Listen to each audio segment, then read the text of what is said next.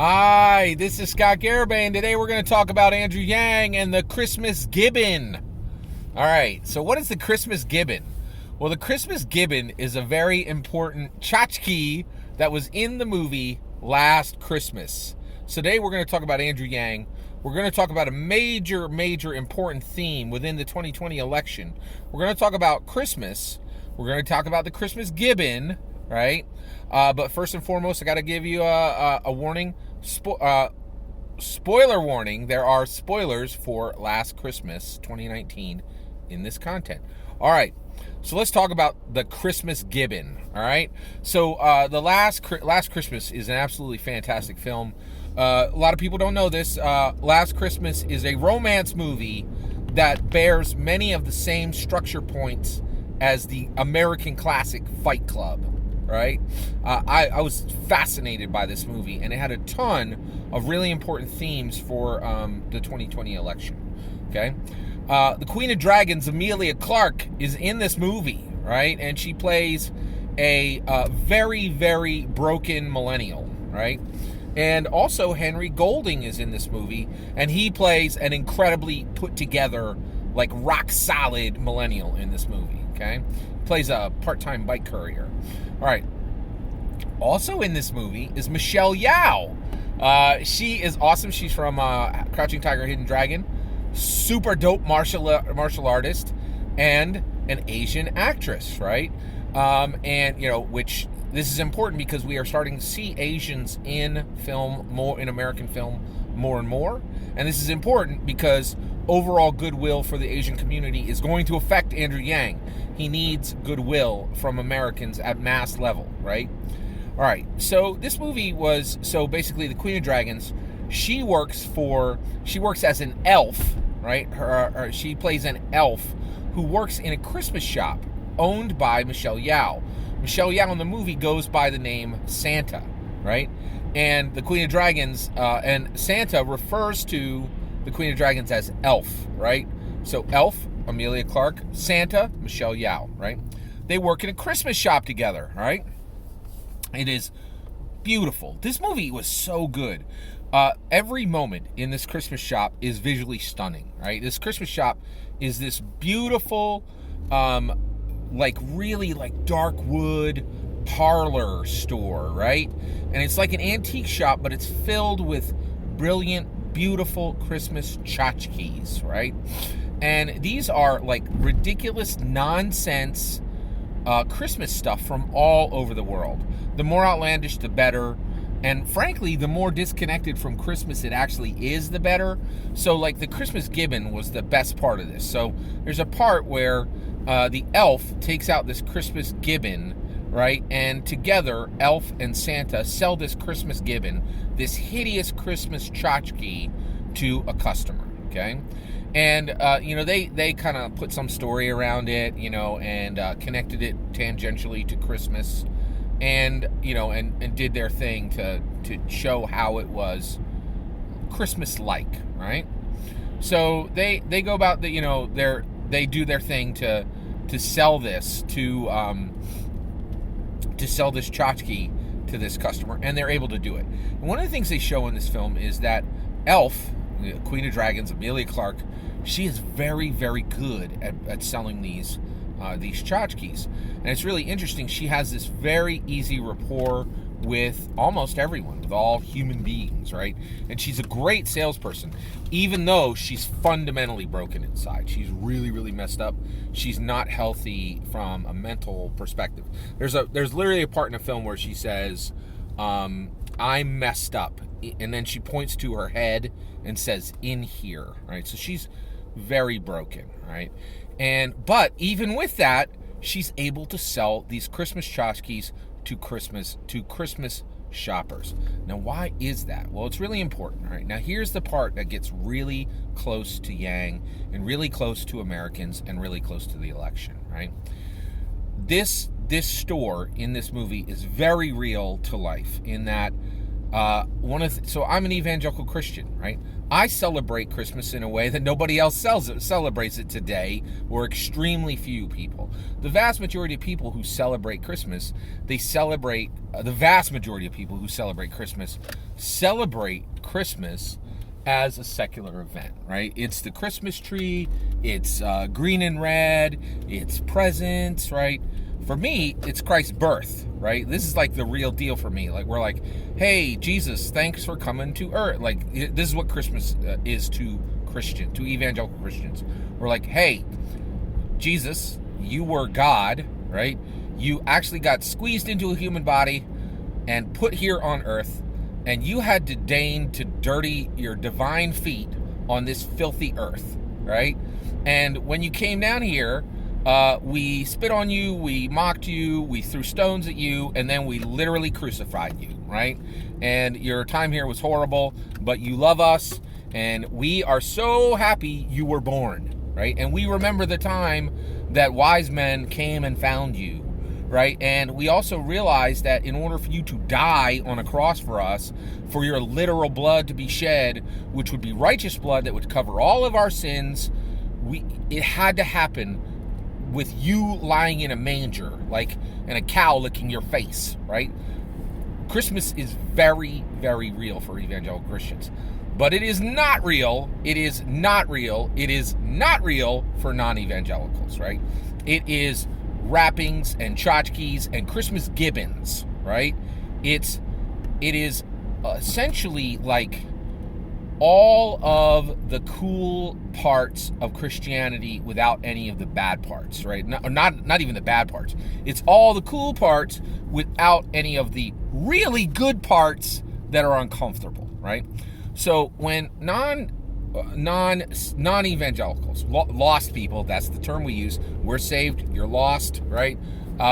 I totally get it if you don't like that term. Get at me in the comments. I'll take your blows, right? Like, your comment blows, right? So saved people were like, hey, this is important. We actually are celebrating the birth of Jesus Christ, and we're really thankful for our salvation, and that had to come through a human birth, right? And like Mary's special, the whole nine, right?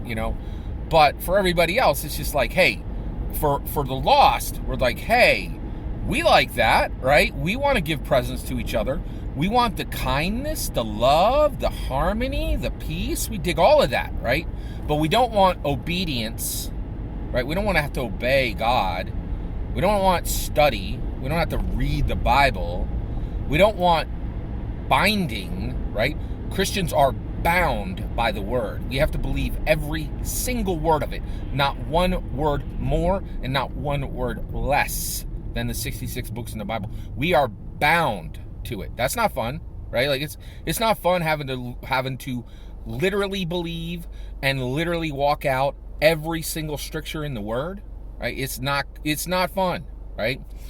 It's not the fun parts, right? So for the lost, right, they only want the fun parts. They don't want any of that, eat your vegetable parts of Christianity. And that was really, really present in Last Christmas, right?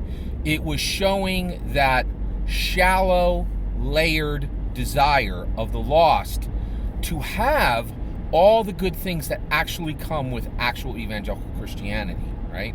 And I think this is a huge theme right now. This is a huge theme. And it's really important for Andrew Yang to understand this, right? Because evangelicals are the key that unlock victory in this election, right? Virtually every single I would say 80 to 90% of evangelicals are going to vote for Trump, okay? So when Andrew Yang steals an evangelical vote, it's a big swing. It's one vote for him, one minus vote for Donald Trump, okay? They are the key to this election, bar none, okay? Now here's the key. Here's the important part that he needs to understand, right? Right now, over the last 5-10 years, maybe 15 or 20, but definitely within the last 5-10 years, there has been an axis of skirmish that has gone across secular and sacred, right? Secular have been getting more and more frustrated with the sacred, right? Like people who are evangelical Christians.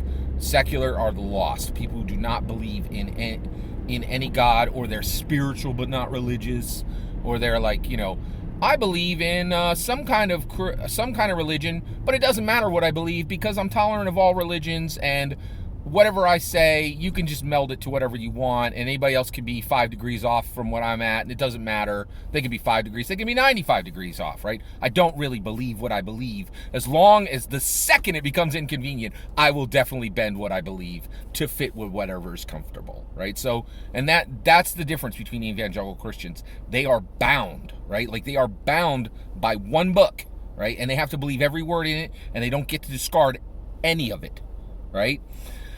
All right, so here's the thing. There has been this angle of skirmish between secular and sacred. And, and the seculars have been coming, and they're like, we don't like what you guys believe. We don't like that you are exclusive. You're like, hey, our God is the real God. Every other God, nope, get out. Nothing, fake, false, right? We don't like that, right? We don't like a whole lot of what you believe, right? And we're going to start to cut you out everywhere we can, right? No more chicken sandwich restaurants in this town, right? We want to get rid of the tax credit, right? All of this, right? And this angle of skirmish has been going on for a while, right?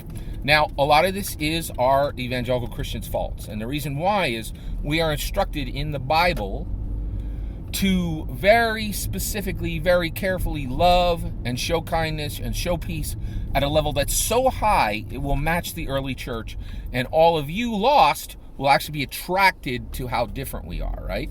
But many of us, and I'm probably part of the problem here too, have failed to do that when we actually encounter the world. And what we've done is we focused on things that were not super important, and we did not execute in loving the world the way Christ loved the world, right? And so the seculars that were like, Christianity is like, it really doesn't produce real love, real joy, real peace, real harmony, right? It really does. The only reason you're not seeing it, if you're lost and you're not seeing it, is because we have failed to display it the way Christ displayed it, right?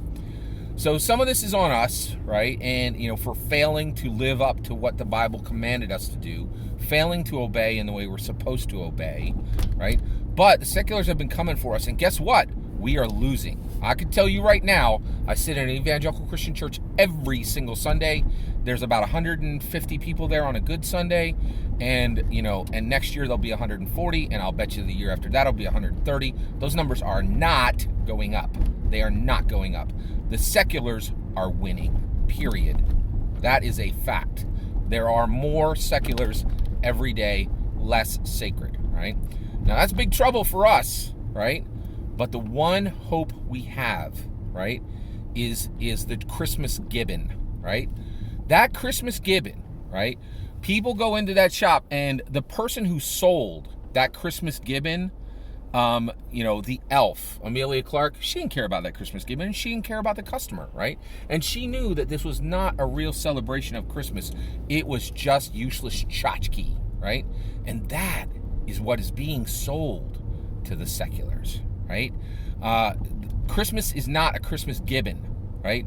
Christmas is true celebration among true evangelical Christians who love Jesus Christ and are very, very happy he was born into a human body so he could be crucified for us. His blood could be shed. We could ask for forgiveness, and then his blood would cover us. And when we go before God for judgment, we will be seen as righteous, right? So here's the thing, right? Fortunately, what the seculars are being given is the Christmas Gibbons. It's cheap and meaningless, and it sucks, right? And that's our hope. That's our only hope left, right, for the sacred is, as the seculars win, they are responsible to replace all the hospitals, all the adoptions, all of the incredible services that come out of true evangelical churches, right? Like so I go to a small group, right? When somebody in my family is sick, somebody else from the church comes over and gives soup, right? For about a few years, when I was younger, I didn't understand this. Like, I was like, hey, why on earth are we bringing soup to this person? They have enough money to get their own soup. What I didn't realize is, if you're sick, if there are crises in a family, right? You're bringing over soup to see if the whole thing is falling apart, right? if their house is falling apart, if they as people are falling apart, if the family is falling apart, right? And you know what happens in an evangelical Christian when you bring over soup and you find that people are broken, that families are broken, that homes are broken? Love, real love, right? Well, the whole, like, the pastor comes in, right? If they need money comes from the church, and it's helped, right? And if they need somebody to listen to their troubles, people are right there, right? Needs are met immediately, right? For real, right? There's actual care, actual attention, actual love, right? And guess what? There ain't no secular group in the world that has a structure like this, right? Where you go to a church, you sit with, in a group of 150 all the way up to 15,000 people on Sunday. You hear the same message. You hear the same truth, right? And then you go to a small group once a week, once every 2 weeks, right? And then you have people who know you very, very personally, right? And connect you to the love of God every single week. Rebuke you when you're wrong. Encourage you when you're right. Pray with you. Love you, right? And guess what? The seculars have nothing like it. All they have is the Christmas Gibbon, right? So where's the opportunity for Andrew Yang in this, right? Well, the sacreds are backs against the wall, right? And the reality is, I think a lot of evangelicals are realizing, you know what else is a Christmas Gibbon? Trump. He's not an evangelical. He's not one of us, right? And I think that is becoming more and more apparent every single day to voters, right? To Trump voters, right? And the reality is, we got a lot from Andrew Yang as far as there are things that evangelical wanted that Trump delivered. But the reality is, at this point, he is shredding the name of evangelical, right? And it is being destroyed under his feet. He's wiping his filthy, muddy feet on evangelicalism. And I think a lot of evangelicals are seeing this, right? And so Yang needs to understand this dichotomy that I just explained, right? And the reason why is he's a hair's breadth away from evangelical Christianity. His wife, Evelyn, has set expectations for his marriage, which make his home life, make his family, make him look like a model of the early church, evangelical church, right? So he is closer to an evangelical Christian than anybody who's running, right? And he needs to figure out how to display this regularly, how to dog whistle to the evangelicals, which I've actually put some videos right here on this channel on that exact subject. And the reality is, he has to also take opportunities, right, to expose Donald Trump as a Christmas Gibbon, right? Because that's what he is. He is not the real deal when it comes to evangelical, right? And evangelicals know it, right? And so what they have to think now is, hey, are the judges worth the destruction of the very role of the U.S. president, and absolutely the destruction of the public view of evangelical Christianity, which is struggling without Trump, right? For me, that answer is no, right? And there is a crack in the adhesion between Donald Trump and evangelical Christian voters. And if Andrew Yang is listening to this video, and if he's paying attention, him and his multi-million-dollar team can drive a wedge right into that adhesion. And they can pry that Christmas Gibbon out of the U.S. presidency. That's what Andrew Yang needs to do. All that's my opinion. I'd love to hear your opinion on the topic. Do you own a Christmas Gibbon? What's your most ridiculous ornament? I'd love to hear about it. Let me know in the comments below. Please consider liking and subscribing, and have a wonderful millennium.